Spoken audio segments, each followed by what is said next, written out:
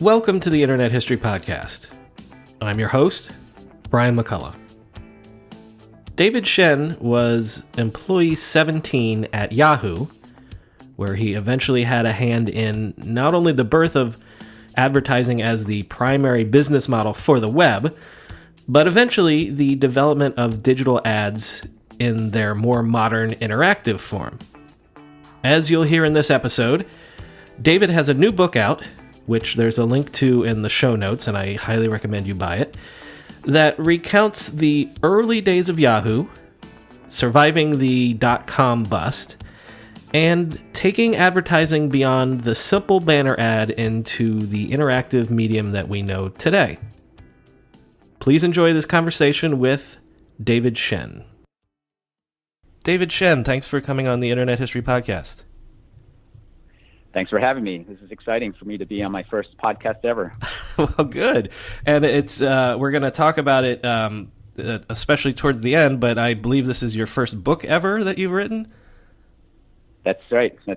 Also a very interesting process, which I'm not sure we have time to get into, but I encourage everyone to do it if they have the time. Well, I'm gonna blurb it right now. It's called Takeover: The Inside Story of the Yahoo Ad Revolution.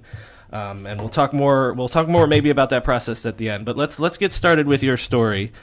So you were a Stanford computer science grad, but I believe your first job was at Apple doing essentially product design? That's right. I got out of Stanford and I was in the product design program. I got halfway through, didn't finish it. Ended up just working at Apple because I loved it so much. But yeah, I spent about 3.5 years there doing product design back before Steve Jobs got there. It's kind of before all the excitement that we're seeing now at Apple. It was still a great time, great company to work for. Worked on Apple Adjustable Keyboard, the QuickTake 100, a lot of really interesting products, not your typical computer or laptop. Yeah, it was a great time. Yeah, it's the early 90s, so maybe you're there for some of the Newton era, maybe? Yeah, the Newton was there. Yeah. I think the second Newton had come out when I was there. Mm-hmm. Yeah, the bigger green one. And then after that, you spent a couple years at Frog Design, which obviously has worked with Apple in the past, but you're still doing product design there as well? That's right. So I switched roles from a client to doing product design as a consultant, mm-hmm. Which was interesting to do product design from that point of view. But yeah, there I spent about 1.5 years working with Hartmut Esslinger and the team. It was a great experience. Did another adjustable keyboard, did a toaster for Sunbeam, which is a fantastic product. I have a collection of toasters, the 80 toasters now, which I'm not sure what to do with, but I love the the design aspects of it when you take a look at that. And then did a little bit of interactive stuff before I left in 1995 for Yahoo. Well, so let's get into that. How are you recruited by Yahoo, or is it sort of like the web is starting to take off and you want to get on board, or how do you join Yahoo? So, once you've been in the Valley for a while, you always hear stories of people who make it big, and this guy has this success story that was this part of this startup, and I'd been here for a while, but I hadn't really had that opportunity. And so when my friends Jerry Yang and David Philo, who I'd met when I was still at Stanford, came calling with their startup that they were working on, I jumped at the chance to join it. And it actually took a while before I joined. They actually called me up because they needed a logo, and they started to explain to me they were getting funded by venture fund, which I had no idea what that was at the time, and things were moving along at his company, and And at that time, I think Al Gore had started talking about information superhighway. I think it was him that he started doing that. And yeah, it just seemed like a exciting thing to jump on. And I did their original logo for them, got them to, I think, Internet World 1995, early that year. Then kept bugging them until they finally took me on as their first designer in September of 1995. Well, I wasn't aware that you knew them previously. So you met them at Stanford. Were you close with them, or was it just people that you knew from classes and things like that? Yeah, I met Jerry Yang when he was a sophomore there. And I was a grad student at Stanford at the time. So and then we did a lot of hung out a lot at the college. And then Dave Filo came in later into the grad program that Jerry was in, and that's when I met him. So yeah, I knew them for many years actually before Yahoo started. Were you aware of the list when they start making it? Like the story that I've always heard is that Jerry and David are working on their thesis or whatever, and they're kind of bored with it, and on the side they start making this list. Were you privy to any of that stuff, or were you using their list early on? Actually, I was not. I had no idea what the internet was. I just heard about it in the news, and got introduced to it through Jerry and Dave. And I didn't really have a good concept of this information, web pages, accessing things to a URL, which took me a while to figure out what is this HTTP:// which we use still today, and had no idea what that was. And back then we were still accessing the internet through modems, and it was very slow. It was very hard to do. It's not like today where you can just pull out your cell phone and boom, you're on the internet. There wasn't that much stuff on the internet. So a lot of it was about research papers, I think, and people putting their research online and making that accessible. It certainly wasn't as visual and as exciting as it is now, streaming videos and movies and things like that. But it was very primitive. It was like the Wild West. It was a great time. So when you're hired, I think you're like employee 17 or something like that. You said that they'd already raised a venture round at that point? That's right. If I recall correctly, hopefully my memory is good still, many decades later. They took about $1 million from Sequoia Ventures, Sequoia Capital, and they were off and running, and they could hire people, and they were looking for to build out the team. Okay, so you're joining this team that they're building out. What is it that you think your job is going to be? What does your job turn out to be? What, just in general, what is the company like at that stage when you join? Well, they were in a small warehouse space. They were sitting with another internet provider who was very funny because I think it was 2 or 3 guys just sitting in the back, and they had this huge server room and had fiber optics coming in from Japan. I think it was the only fiber optic line coming in from Japan. And I think there was some Netscape server sitting there. There was Playboy.com server sitting there. And the funny thing I recall of that is when you look at the servers, right, the computers are blinking lights, and you see Playboy.com, which the light wasn't blinking. It was like solidly on the whole time. And then you have Netscape, which is blinking furiously, and they had tons of computers there. But then you have Yahoo, which was doing however much traffic, probably comparable traffic or even more, and yet it was barely blinking at all. And that, that's a testament to the genius of the technology that David and Jerry had built, that it could do that at such efficiency at that time, which was great. But anyway, we were sitting in that warehouse space. I could swear there was less than 10 people when I got there, but still I have an employee number 17. I think a few people came and gone before I got there. But it was very dark back there. I always used to joke like there was no lights that when I walked out the door, that someday, they would find me dead, in the parking lot in the morning because it was so pitch dark you could not even see your hand in front of you. We were all stuffed in there, worked 24/7. People would sleep under their desks. The legend of sleeping under their desks, maybe started in some part, there. But a lot happened in that little room when I got there. And what is the role that you're brought in to fill? Oh, I was their first designer that they hired. Mm-hmm. They had tried doing some outside consultants, and it just didn't work out. And so they finally brought me on and found the reason to do it. And so I helped them with a revision of the logo. I built out some very early marketing materials. But then it kind of shifted a little bit because Donald Lobo, who is one of their early engineers, was doing a lot of ad scheduling. And this is talked about in the book, where he basically, I think he didn't want to do it anymore.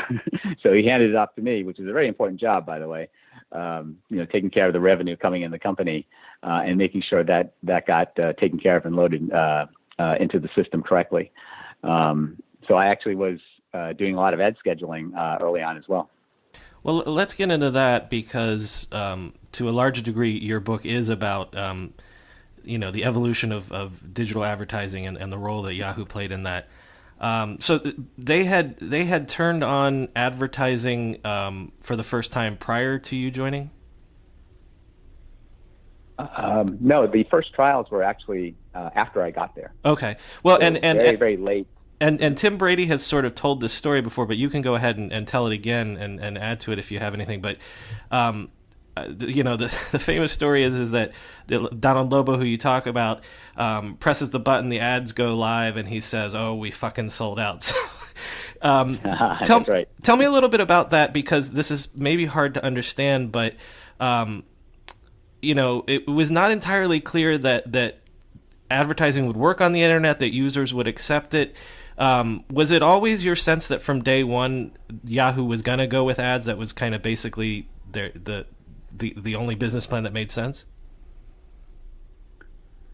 Well, I think the advertising plan or thought of using advertising to monetize came from Tim Brady's business plan, which he wrote for Yahoo. He kind of talked about it in there. And trying to monetize it in terms of eyeballs, right? Drawing the similarity between people reading stuff on the internet versus reading stuff in a magazine or watching or consuming content on TV. It was the hope that people would take that experience and just translate it over to the internet and not hopefully be too annoyed at the fact that ads are now showing up somewhere on a page that they saw in previous media or the media that they were used to seeing. I think that there was some thinking amongst a lot of people on the internet about, well, couldn't we just make the internet a place where there were no ads and that everything was accessible for free? And you see even that in strategies today as people develop their startups and media companies, that kind of thing is. And I think also users have gotten conditioned to getting things for free at a variety of levels, not just consuming content, but services and all that kind of thing. You can talk about freemium and as a strategy for startups, giving something for free away and then trying to charge them later for it or try to monetize it later. But so there was that kind of resistance to this interruption that we would experience in pre-internet media, and I think that's the what I think Lobo and a lot of people experience is now that we've got this content coming down super fast to you, delivered to you, why do I have to get interrupted? And that interruption in the beginning was just simply when I scrolled the page, I was trying to read down a piece of text, and all of a sudden there was a graphic there that interrupted the break of the page, right, of the content of the scrolling text, and maybe there was a hope that Yahoo could just do this and survive by not making money and just delivering content and services in a very pure way without being interrupted by ads, by advertising. Do you remember, was there any sort of backlash or pushback from the users when the ads did go up? I don't recall actually any pushback. There was definitely, I think if you set up any kind of feedback system or set up emails, that kind of thing, you always get people who complain. And that's one of the challenges of setting up a feedback system is that oftentimes the people who love you or don't care will not say anything because they just think everything's great and they don't really want, they don't need to bother you, right? They don't have to say it. But when people are mad at you, then they will find that link and click on it and submit something to you saying that, oh, this sucks, right? And I hate this. So, I think as advertising launched, people did, there were people who didn't like it, and even the small graphic that we used back then. But then I think that the proof is in that the traffic didn't drop. Right? If you do something and then the traffic to your website drops, then that's kind of users voting with their clicks, right? That they just don't want to visit you, and for some reason. And if it can be correlated or causated to the appearance of ads, then, well, you got to do something different, right?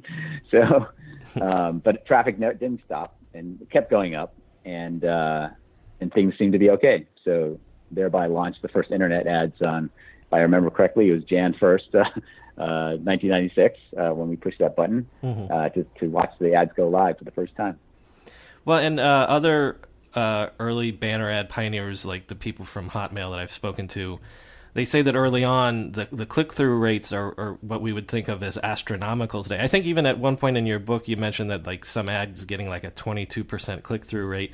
And other people have told me that that's because they were so new, and the web is so new. Everyone's always willing to click on anything that's interesting before they get inured to the idea of ads. Do you remember that as well? Like early on, the ads got high click through rates.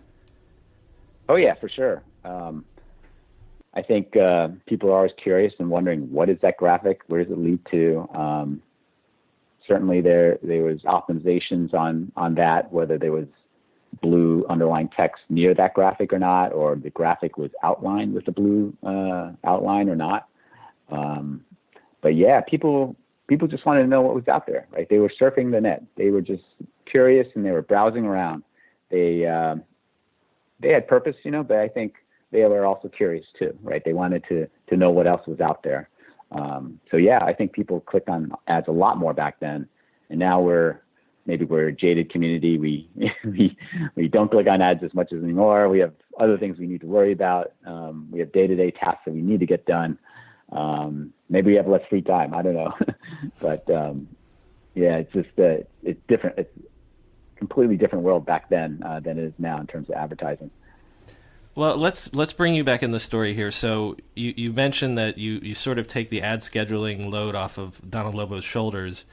I got the sense from, you don't have a background in advertising, but I got the sense that almost kind of like right away you found this whole advertising thing as sort of like an interesting problem to solve. Do you think that's like, why do you think that you sort of embraced becoming one of the ad guys at Yahoo? Did you mean early on or later? Yeah, early on. Like, question? So okay. I believe that you take over the ad scheduling from Donald Lobo, and then you work starting to set up some of the first ad servers. Is that right? No, just the scheduling part of it. Okay. And the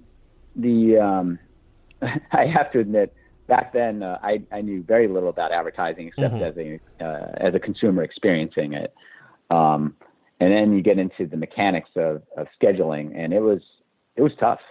It took a lot of time, and it took me away from doing what I was hired to do, which was design work. And you had to be extremely accurate, especially back then, because we're talking about pushing CSV files and Excel files, all checked by hand. Well, let's underline that, because you say that in your book. You guys are literally running the scheduling off of spreadsheets. It's like hard coded, and like you're literally doing it by hand. Yeah, exactly. And it's a very scary thing because we're talking about money, right? Real money from people who are paying you, and they have expectations. And if you don't deliver, then they get angry and they demand more. And you don't want to anger your only source of revenue, especially early on. So you have to be extremely accurate, doubly accurate, especially when you're doing this stuff by hand. And that kind of led to automation and all that kind of stuff. But before that happened, we would make a lot of mistakes, and there were a lot of inaccuracies. And if you didn't have that attention, you could you could cause a lot of problems in the revenue generation of the company. It was very tough. And so, to be honest, I didn't enjoy it. There was another guy that got hired, and I handed it off to him as soon as possible. and then subsequently, a lot more people were hired because it would just turn out to be a huge job. But yeah, it was very tough, and it wasn't what I was very interested in. I just wanted to do more design for the company. Well, but you obviously you don't have the experience in advertising, but you do have the experience in user experience. Is that sort of your to getting interested in doing advertising? Is that sort of understanding that you have of, you don't want to piss the users off, you want to provide ads that are actually enjoyable? Is that sort of your to advertising? Yeah, so I tend to take things in life as a challenge instead of oh my God, I got to do this thing. But so advertising to me was one of those challenges, meaning that these ads have to be on these pages. And so if they're going to be on these pages, how can I give the user the best experience possible, despite the fact that these ads are sitting on these pages? And we know that some population of them hate them outright. And we know that we cannot control necessarily what the advertiser creates. So they may create something that inadvertently annoys somebody.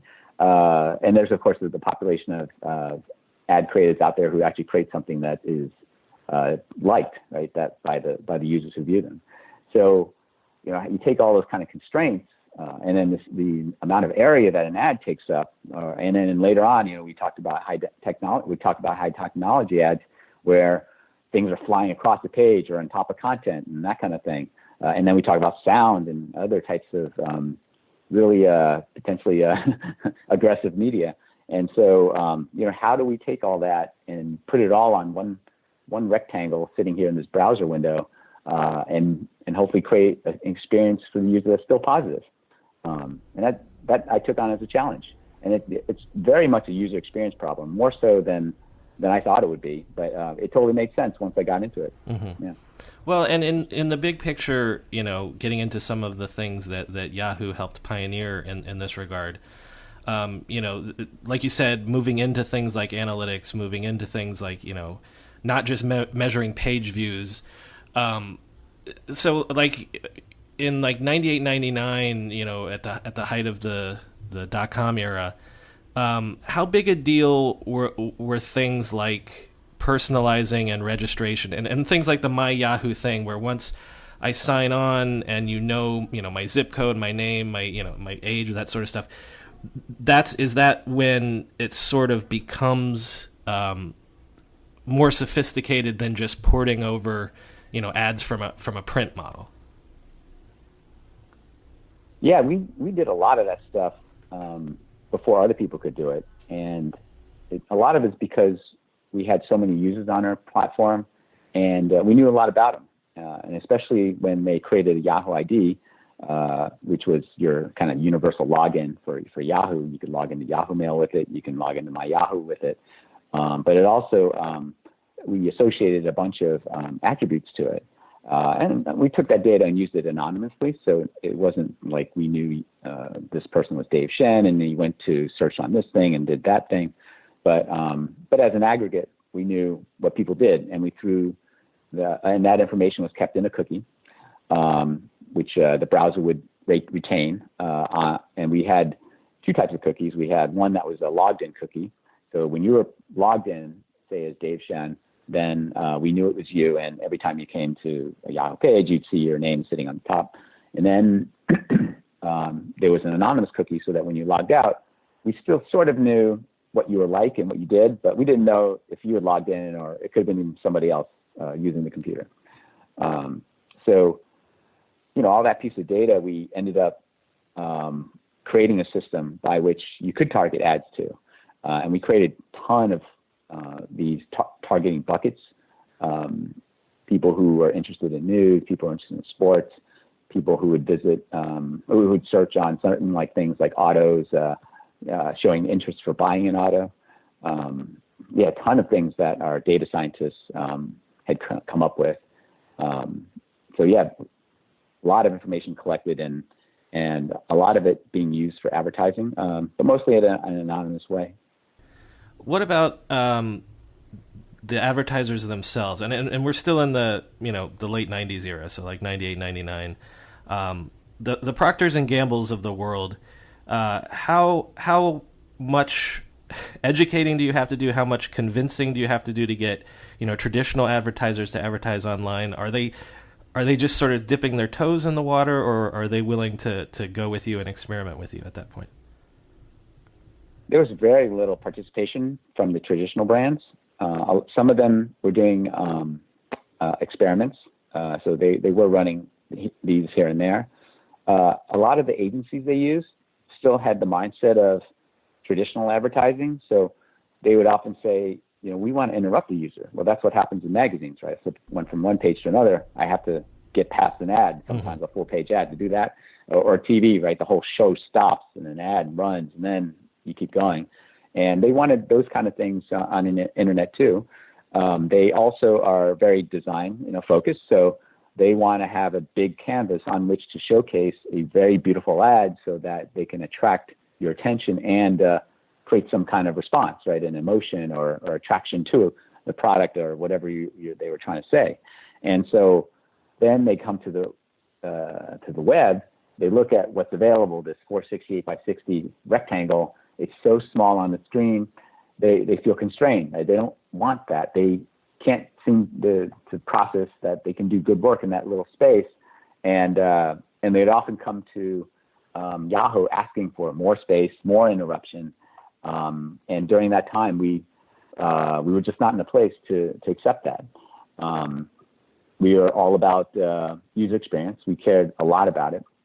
And a lot of the interruptiveness and the size of the ads at that time, we just felt like we didn't need to change. The money was still coming in, and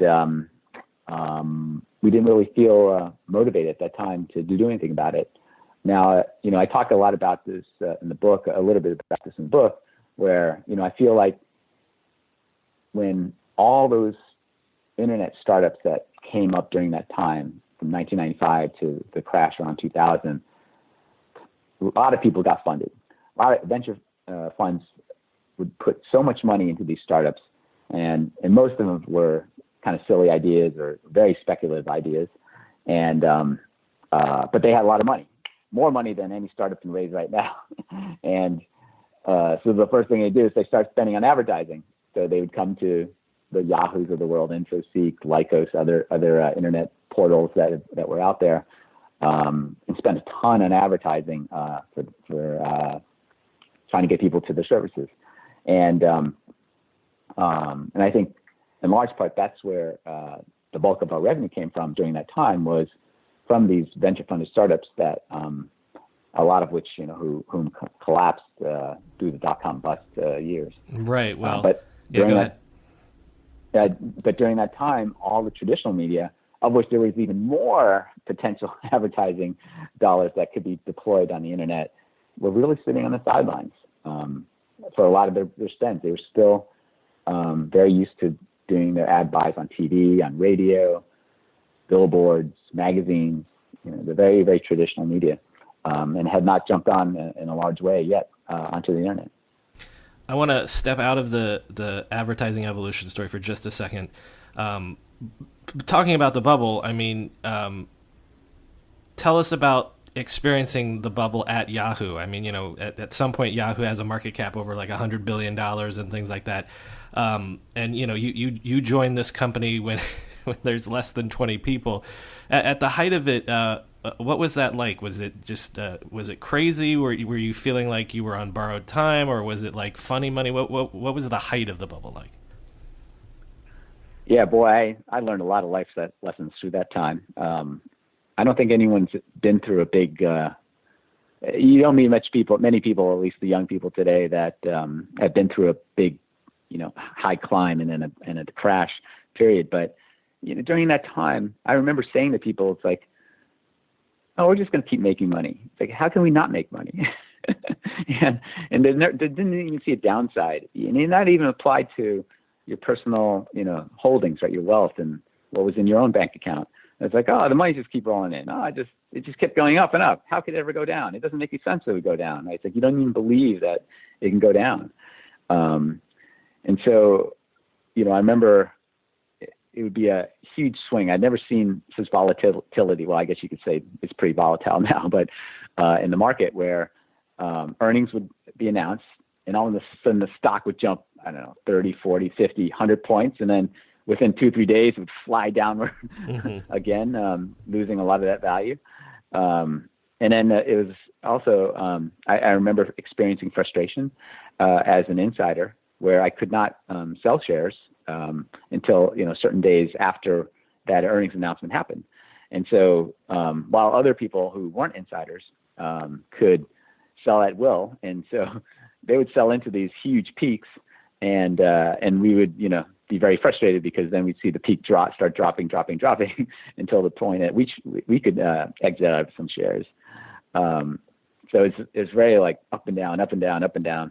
But then as we hit 2000, then things started to seem to crack, right? Things started edging downward, and all of a sudden, boom, right? It hits rock bottom at the somewhere, I think it was in fall, winter of 2000, where I remember just looking at that day's close. It was like $9 per share, although I think I looked it up as like 8 or something in the official records. But yeah, that was a very scary time, because at that point, all that value that you thought you had on paper was vaporized, and you could see all the companies around you closing down, companies that you dealt with and knew that were out there. And there was talk about Microsoft buying us too. So nobody wanted to work for Microsoft at that time. That was probably the first time that it might have happened, or maybe the first time. But yeah, it was very emotional. But the funny thing through that whole time was, I don't think Yahoo ever, or the Yahoo personnel ever, lost their enthusiasm, their loyalty, their commitment to the mission. Right? It's like, we want to bring content to the world in the fastest way possible. Yeah, we internally, like, everybody was still gung ho and psyched to keep working on this thing. So internally, you guys never really seriously feared that you would also be a dot-com flameout? No, we just wanted to keep working on it. I think that was kind of the culture that was built at Yahoo, where people didn't want to leave still, and they still loved the place.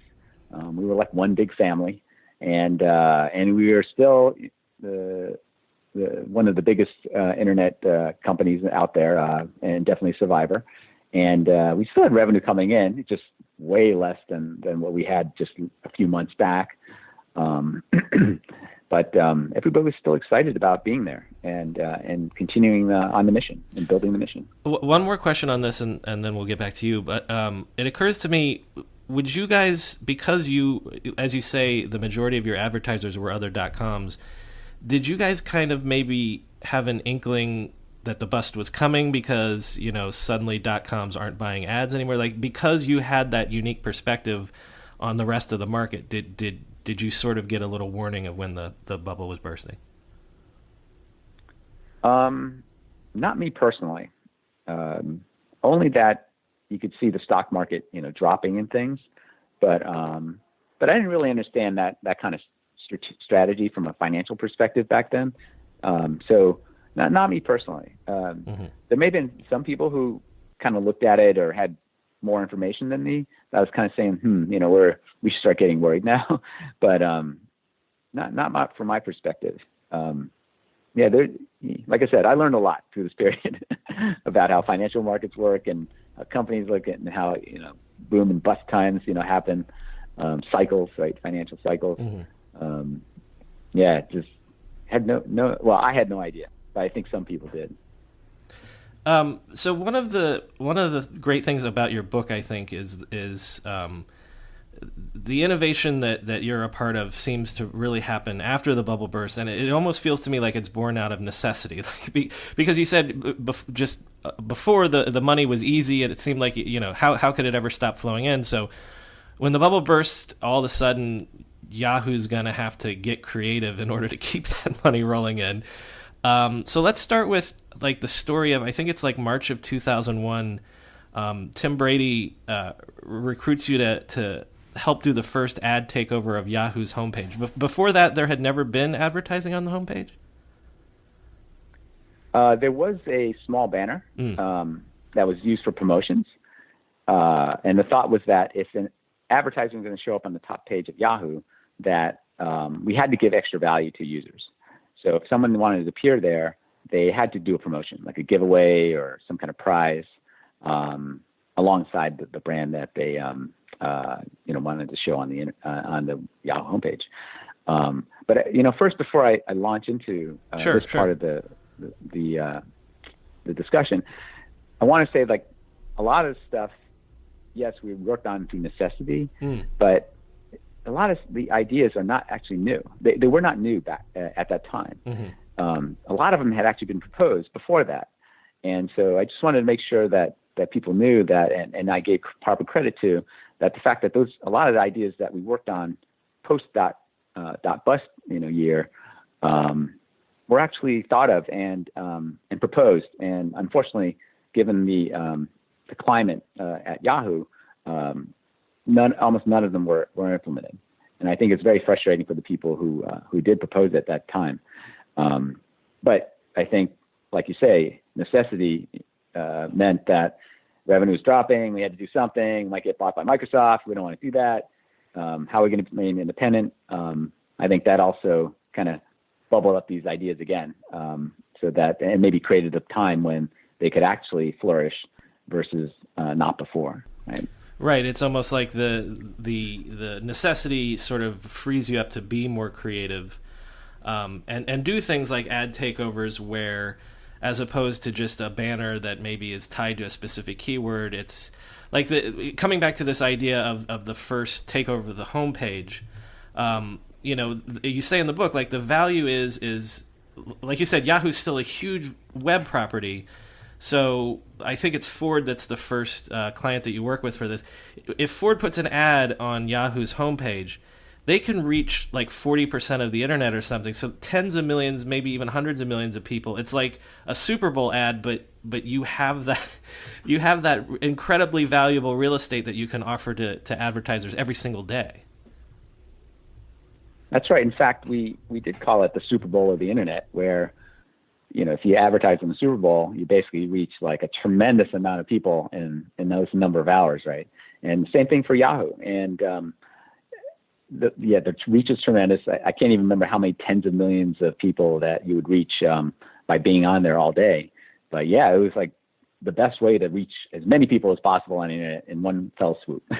Definitely so. Yeah. The about being creative and things like that. This is sort of you're now reaching out and working with.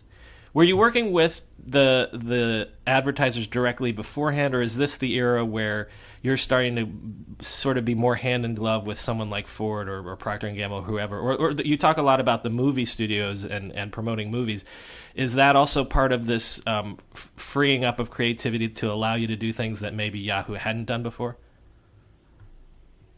Yeah, I think there was a pretty steep learning curve during that time, because I didn't really know what it would take to get the advertisers on board. What was the real problem? Why aren't they buying? It's like, what are the issues? And I spent a lot of time going out to New York and visiting all the sales offices around the country, just going out with the salespeople and visiting the agencies and asking them, like, and hearing firsthand, like, what do you guys want? What do you need? Like, why is this a problem? Like, why don't you buy ads? And it was a multifactorial problem. It ranged from, and a lot of it's covered in the book, right? It's like we had to work on ad standards, right? It was too hard to create ads. We needed bigger ad spaces so they could showcase their creativity. We needed to show them what they could do with it, because they were still stuck with, well, let's just take the magazine graphic that we use for the ad and size it down to the internet, and it sometimes works, and more often than not, it didn't work.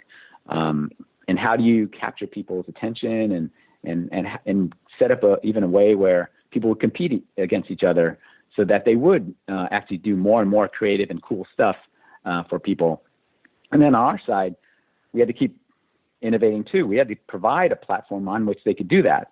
So you can see all the different ad formats, the page curl, right, that we had, and the back page ad that we did. I mean, that was a unique experience, and people loved being in there because it was such a cool thing to be there and do that. So it was very much a ton of different things coming together. We had to talk. We could talk more detail about each one of these things, but the team inside, they had to change their sensibilities and how they were thinking about advertising and relaxing, their stance on it, and doing lots of tests. Things like in sports, right? Being a little even more aggressive than normal, and seeing what happens, because we really didn't know actually what happened. We just kind of thought we knew what happened. And, it's a lot of different things. Happy to jump into any one of those.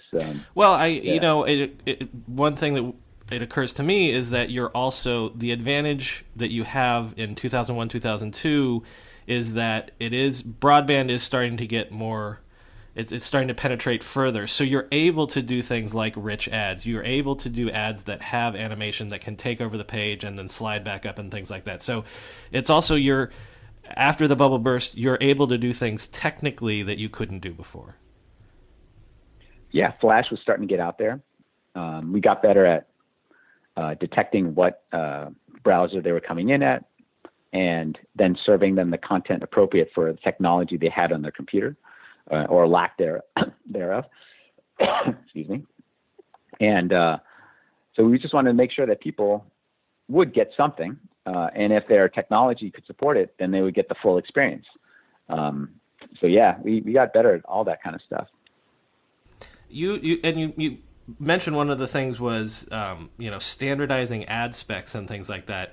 Like you work with other web companies and advertising agencies and things like this, and it seems like an obvious thing now, but just standardizing the fact that I think in the book you say at some point, Yahoo itself had like 200 different ad types. So getting it down to, this is the standard, skyscraper size, this is what a rich ad can do versus a static ad and that sort of thing. Like it's kind of amazing to me that you're nearly a decade into digital advertising before people finally get their act together and start to make it scientific almost. Yeah, the standardization thing was something I wish we'd gotten an earlier handle on because, I think us designers were at fault as well because we didn't know any better. When a producer would come to us, producers probably today they would call them product manager. Would come to us saying, "Oh, I need to build a website. We need some ads on here, and here's what we worked out with sales. That there would be these buttons and these rectangles here and there. Can you just draw some?" And we would get into Photoshop and do it and create an arbitrary rectangle and say, "Oh, that measures this by this, and that would be the spec." And if you don't have standards, then the way people draw rectangles is different for every single website. And so that's how you blossom to 200, I think it was 300 ads that were out there at the time. We just finally, once we put a system in to control that, then things got a lot better because we didn't really know that the effect of that on the people who had to produce the ads out there. Because not only was it Yahoo that was creating the problem, it was all the other internet portals that were out there too. They were creating their own rectangles on their websites as well.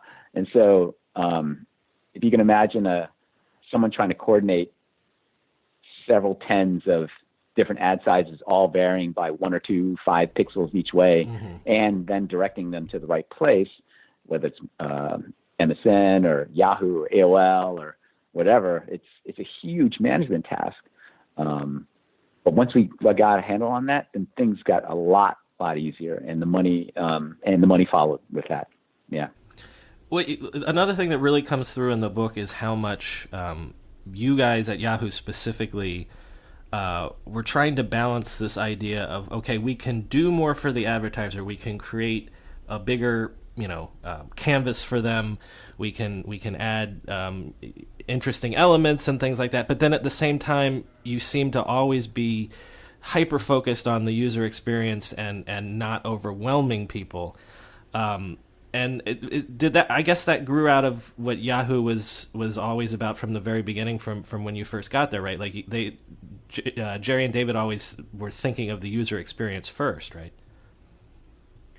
Yeah, that was always the mantra, that users came first, and arguably maybe we swung way too much to that side through the first dotcom boom years, and then it took the dotcom bust to change our thinking that we could not hold such a hard stance on advertising, and that we had to relax. We had to work with these folks who are paying our bills. Right? We had to do it.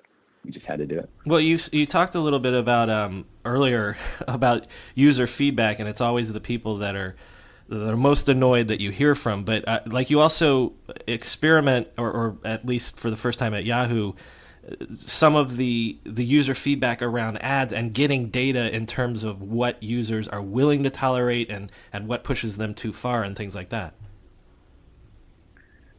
Yeah, there was two guys that worked on this, Paul Kim and John Boyd.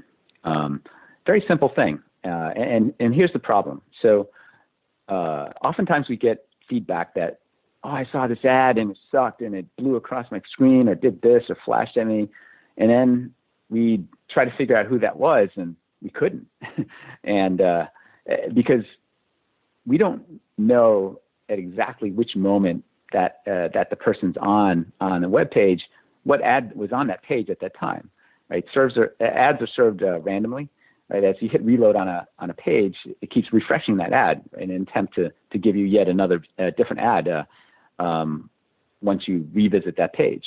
And so it was very frustrating that we'd get this feedback on, oh, this thing, that thing happened, and we couldn't figure out who it was or what was causing it. In fact, there was also adware. So they might have downloaded by accident some very bad software onto their browser that got installed, and all of a sudden there could be ads overlaid on top of our ads, and so it might not even be on our system at all. And so what we did then was Paul and John put this feedback link at the bottom of every single page on Yahoo, and using some statistical knowledge, we actually figured out how to determine what that ad was in our system, if it was an ad in our system, and that helped our ad schedulers track down like who the culprit was, that they gave an ad that maybe was a little bit too aggressive, or maybe even got past our approval system and got scheduled by accident. And so and then once we could associate the feedback to an ad or advertiser, then we could pass that information back. And often salespeople would take that information back to them and say, look, I think your ads are a little bit too negative or aggressive or whatever. Would you mind doing something for it? Because here's our stats on ad feedback. They're saying that people hate your ads, and it's above the normal noise, because there's always this kind of baseline level of negativity. And that's the important thing about this stuff, is there's always going to be people who complain no matter what. But you got to figure out what that baseline of negativity is. And once someone spikes above it, then you have a problem. Well, again, this would seem obvious only in retrospect, but I mean, you write in the book about things like simple, intelligent ad rotation, so that I'm not bombarded by the same ad 5 times in a row. Like setting up systems so that you see it once and then maybe you wait a while before you show it to the person again. That helps the user not be annoyed, and it also helps the advertiser because it sort of has that sort of mind penetration thing. Yeah, and I think that's an interesting point you make there, because I think advertisers would much rather hammer you with the same message or their continuing message over and over and over again. Right. But I think users tire of that, especially the ones that are not interested. Or if you do it in a poor way, like maybe it's the same ad every single time, you just keep seeing it over and over again. Some people got more creative where the message would continue right across the next page. It would be a continuation of the story or the message, right? So there were things that people did that were better, but most people just did not want to see the same ad over and over again, especially if they were not interested in it. The thing that again, I don't want to give away too many of your great stories in the book, but the thing that struck me, just based on other people that I've spoken to, like when I did the 20th anniversary of the banner ads, a couple interviews with like Joe McCambly, Craig Canerick, and when they talked about what they regretted about being pioneers in that first digital advertising, was that it hadn't followed through. A lot of people hadn't followed through on the interactive promise of the web.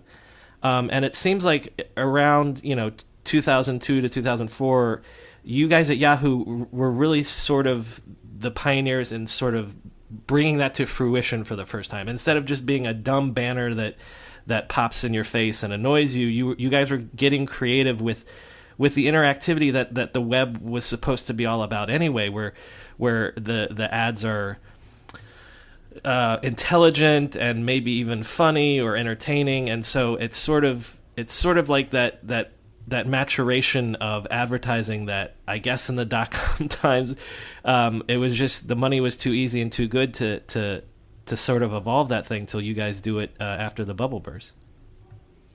Yeah, and I think the technology wasn't quite there yet either to do it really well before the dotcom bust anyway, but once we got going, the technology kind of caught up, and people weren't crashing browsers because they saw an ad on the page. Then things could become more interesting. Advertisers could bring the experience onto the page. People didn't have to leave, and people still, I think, today are stuck on, I got to have this many visits to my website, as their metric for success in their jobs or whatever, especially marketers. And I go, I'm not sure it's about that anymore, right? Sometimes it's about just seeing the ad. Sometimes it's about people interacting with the ad. Sometimes it's much more downstreams. Like maybe I saw the ad and then I walked to a local store and I bought something. How do you track that, right? That's pretty tough. But yeah, we're getting a lot more sophisticated and bringing the promise of what the internet can do to, especially for advertisers. There's some really cool stuff happening right now. Some of it's kind of, it's a little bit scary and intrusive. You think about it, especially like if I search on Google and with something, and then all of a sudden I go to another web page and there's an ad for that thing for the next month. Yeah. For the next month, or it can be a little bit unnerving, but you kind of get used to that too. And sometimes it's worthwhile. Sometimes it's valuable to the user as well. Well, okay, so that just in a broad way, you kind of got into it there, but what do you think of the state of advertising now? We're obviously a decade into the mobile era. You have, things like retargeting like you're talking about, but also, native ads and things like that. So what do you think has advertising matured in a way that you think it's healthy today, or are some people starting to do some of the bad old behavior from the dot-com pop-up days? What do you think of advertising right now? I don't think anybody's doing anything bad from an experience point of view. At least I haven't seen it. I don't see many ads that are like, if you go to the back of the book, I have an appendix of these ads that are very of questionable quality, I call it. Mm-hmm. and I don't see much of that. Maybe occasionally, but not much. So I think people are doing a good job of policing the content and making sure that it is of a certain standard and quality. I think what advertisers need to contend with now is how easy it is for people to ignore them. Right? People are used to seeing where those rectangles are, and they just kind of flow right by them from their eyes, right? They're going right past it and looking down and reading stuff. I think that's where people need to figure out is, how can I recapture their attention when they've conditioned themselves not to pay attention. I think that's a huge challenge. I think there's definitely opportunities in mobile advertising, which everybody's got a device now. But I talk about this, I think, in the book a little bit. But when we first started, there were 640 pixels by 480 pixel screens out there, and that was huge, right? And the 468 by 60 banner that we used to have on there was a large area on that particular screen, that resolution. But now I'm sitting here looking at my Mac here. It's, 1440 by 900 pixels or something like that, or even more than that with their new screens. And if you put a 460 by 60 pixel ad on there, it's so tiny. In fact, all the ads that we created for the standards, the rectangles and everything, the large rectangle doesn't look so large anymore. Everything just seems to get smaller and smaller as the resolutions of the pages get larger and larger. So easier to skip around. So I think, what do advertisers need to do now? It's an interesting question. Not sure it's more interruptiveness. I think those still have the same issues as before, but I think the world is still open in terms of creativity. Right? What do you put in the ads? What kind of message you're sending to people? There's always something unique you can do there, and I think advertisers should always be challenging themselves to do more and more creative stuff. And then I should also say that having worked on the portal side of things, I think portals should also challenge themselves to continually innovate too. I always used to talk about this with the front page team, that you got to keep coming up with the formats. I don't care how you do it, you just got to keep doing it, because as soon as the first one goes out, they're always excited. They pay the most money for it, and then it quickly becomes commodity because everybody else is second or third, and nobody is excited about doing the second or third or fourth execution of that. And then the price that you can charge for that ad goes down too. So you got to keep coming up with new stuff, new templates for people to drop their creativity into. So I think portals can also do a lot more as well. Well, as we said at the beginning, the book Takeover. This is your first book. What was that like? What was the story that you felt was important for people to hear about 20, 15, 10 years on from the events in this book? Yeah, so when I started the book, I really wanted to write a book about Yahoo, since I felt like I was one of the early guys there. But I didn't really want to do a general history of Yahoo. I think some people tried to tackle it, and maybe I kind of felt that one of the founders, Jerry or Dave, should do that. But I felt like I had something to say about it, so that's how I came up with this thread of let's do a little Yahoo history, but let's talk about the advertising piece, which I had a large role in, especially towards my later years at Yahoo.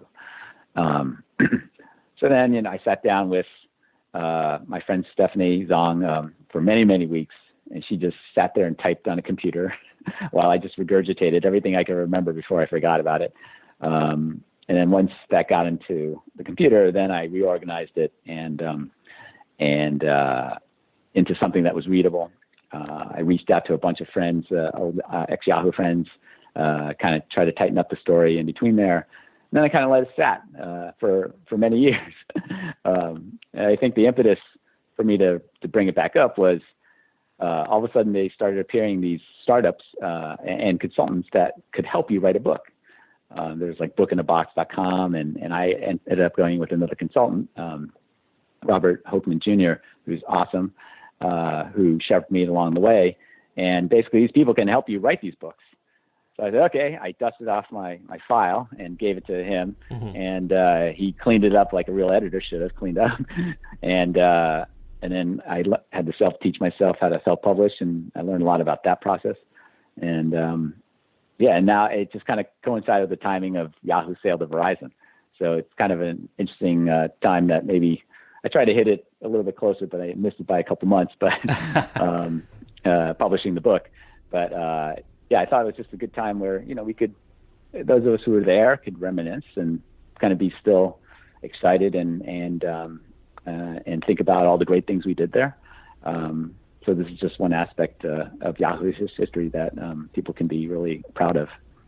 As someone that was there almost at the very beginning, what are the feelings about Yahoo no longer being a independent entity anymore? Is it? I guess it's bittersweet, or what do you think about Yahoo's life cycle, as it were? At one level, it's very hard for me to have an attachment, because I kind of I have a good tendency. I've always practiced letting go of things very easily. So when I left back in 2004, I kind of let go way back then about all my stuff about Yahoo and my attachment to it. But as maybe an outsider now, kind of looking in and in the evolution of a company like Yahoo, I just wonder if what could have Yahoo done, right, to stay alive? I think that question is very tough in today's world. I'm not sure any company is not under fire. It doesn't matter what it is. I used to think IBM, for example, would die. Right? Both my parents worked for IBM. I'm from Poughkeepsie, New York, and I thought at one point, with the advent of personal computers and all that kind of thing, that all their mainframe business would die, and there goes the company, poof. And it seemed like that for a while, but they reinvented themselves, right? And it turned out that mainframes didn't die, and they used microcomputers that people were so hot on, the DECs and all that kind of thing. Digital Equipment Corporation is what DEC stands for. Might see that in a museum somewhere these days. But those are nowhere anymore, right? Workstations are not anymore, right? We're talking about people who still need mainframes, like the big banks and other people who need lots of things processed very quickly. We have things at our desk or in our hand, right? Our phone is more powerful than any PC we have. But, IBM reinvented itself, right? It's doing a lot more different things. So I think it's possible. But, people ask me, it's like, what should Yahoo have done? It's like, I don't have a clue, right? It's like, if you think about just from a product standpoint, it's like, well, just do what everybody else does. But then you get into the social political things that are within the company that are self-defeating, right? So do they have the people in there? Do they have the will, right? The will often has to come from the top down, right? And that person has to really understand that change is painful. Sometimes you're going to have to kill something that is making millions and millions of dollars revenue a year. And that was one of the toughest things, I think, throughout even Yahoo history, which isn't talked about in the book, which is, it's hard for upper management to look at something and say, it's the right thing to kill it. Yes, it's making millions of dollars a year, but we're just going to have to give that up for now because we have faith that something else will take up the slack and more, right? But it was very tough for Yahoo to do that, very tough. But yeah, I could not tell you what any company should be doing. Right? It's such a hard problem. Well, good to dream about. Good, right.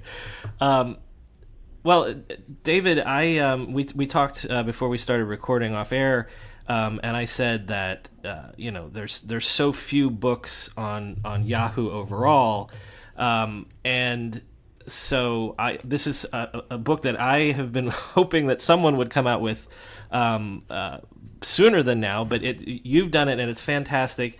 It's not only I've said on this show before that I think that Yahoo was the first great web company.